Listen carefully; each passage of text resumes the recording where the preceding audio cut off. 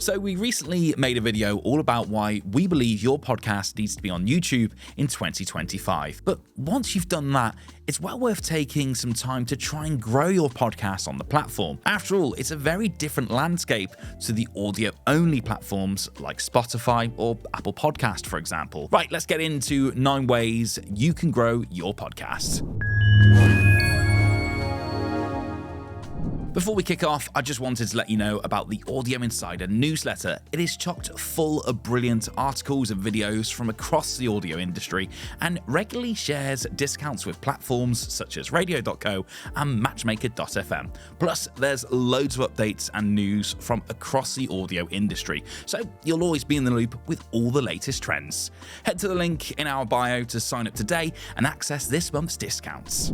Number 1. Don't just upload static images. The easiest way to make your podcast into a YouTube video is to simply stick a background image against your audio. But that just won't engage people. If someone's on YouTube, they've picked that platform specifically because they want to watch videos. So if all you've got is an image, they'll straight away get bored and click away. As mentioned before, you need to optimize for viewers as well as listeners if you want to gain new fans through YouTube. Number 2. Film your recordings. The easiest way to upload video is to simply record your episodes. Whether it's an interview recorded on Zoom or a solo podcast with you speaking directly to camera. This isn't the only way to make a video podcast, but it certainly is the cheapest and most straightforward, meaning it's perfect if you're just starting out. And make sure to use a decent lighting setup too, and a good camera to capture your video, as people on YouTube have come to expect a certain quality from their content. So you've got to meet that expectation to keep their attention. If possible, record facing a window during daylight so there's plenty of natural light in the room. Or you could always buy a simple ring light that then will allow you to record at any time of the day. Number 3, repurpose your full-length video recordings. You can always break up each podcast episode into lots of smaller videos and then post each one individually alongside the full-length recording. This is a great way to build visibility as it allows you to target many different keywords from a single original piece of content. Make sure the keyword you want the clip to be found for is included in the video title and description. Clips also help funnel more viewers towards the full-length episode. Don't start a separate YouTube channel for your shorter clips.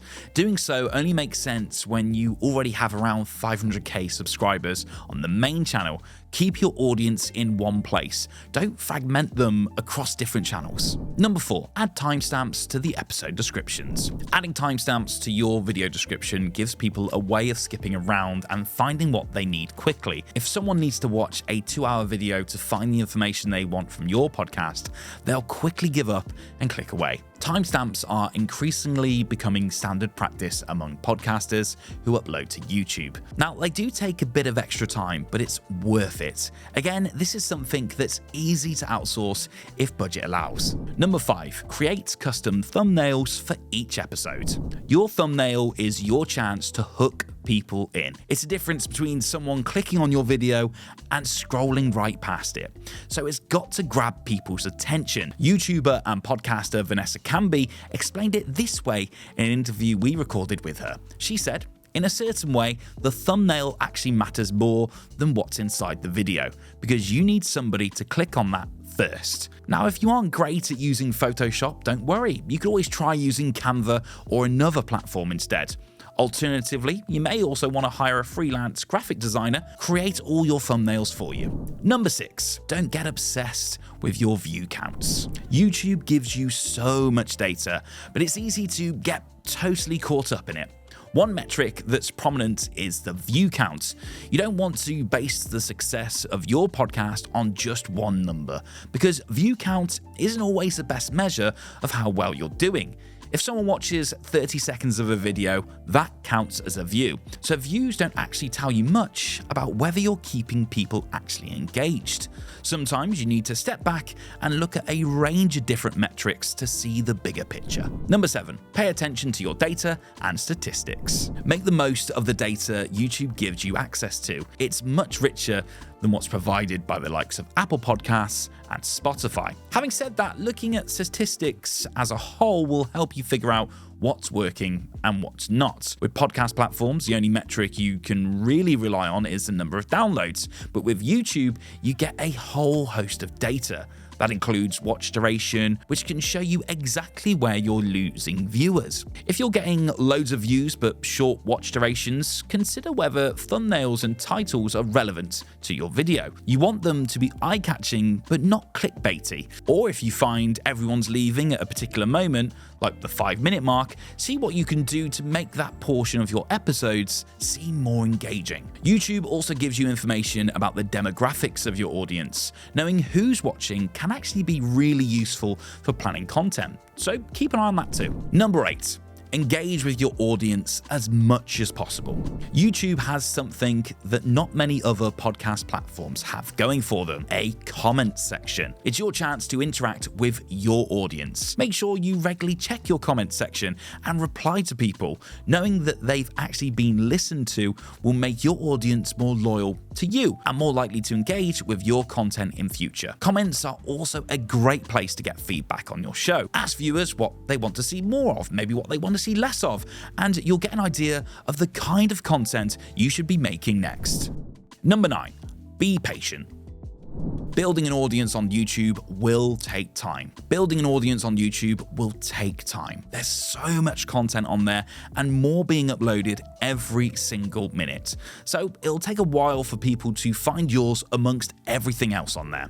But keep at it and you'll start to see the progress. The more you upload regularly, the greater the chance that the YouTube algorithm will eventually start to recognize your channel. That means more of your videos will get recommended to new people and more new listeners will find you. Just don't lose hope if it doesn't happen immediately. 5 examples of great podcasts on YouTube. All this advice makes putting a podcast on YouTube seem kind of overwhelming, but here's a list of example channels that should help you see how you might put yours into practice. A Conversation with Philip DeFranco. DeFranco is already a massive YouTube personality, so leveraging the platform for his podcast is a natural extension of his brand. It also allows him to reach his existing audience with a different format and attract new viewers interested in long-form discussions. Modern Wisdom, Chris Williamson. Williamson uses YouTube to expand his reach and cater to different audience preferences. While some enjoy purely audio, others prefer a visual element, allowing them to connect with the host and guest. The video format also facilitates the sharing of clips and highlights, further promoting the podcast. Just Between Us, Alison Raskin and Gabby Dunn. Raskin and Dunn have a strong YouTube presence individually and as a duo. Utilizing YouTube for their podcast allows them to capitalize on their existing audience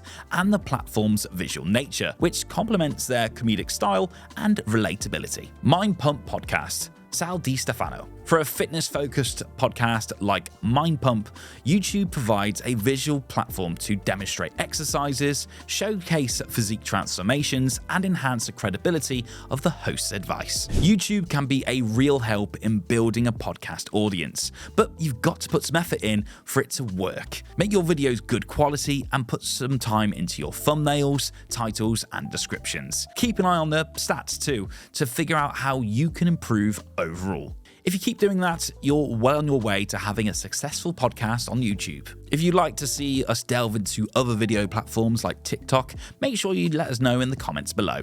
And as always, if you enjoyed this video, make sure to hit like, click subscribe, and ring the bell. Thanks for watching and happy broadcasting.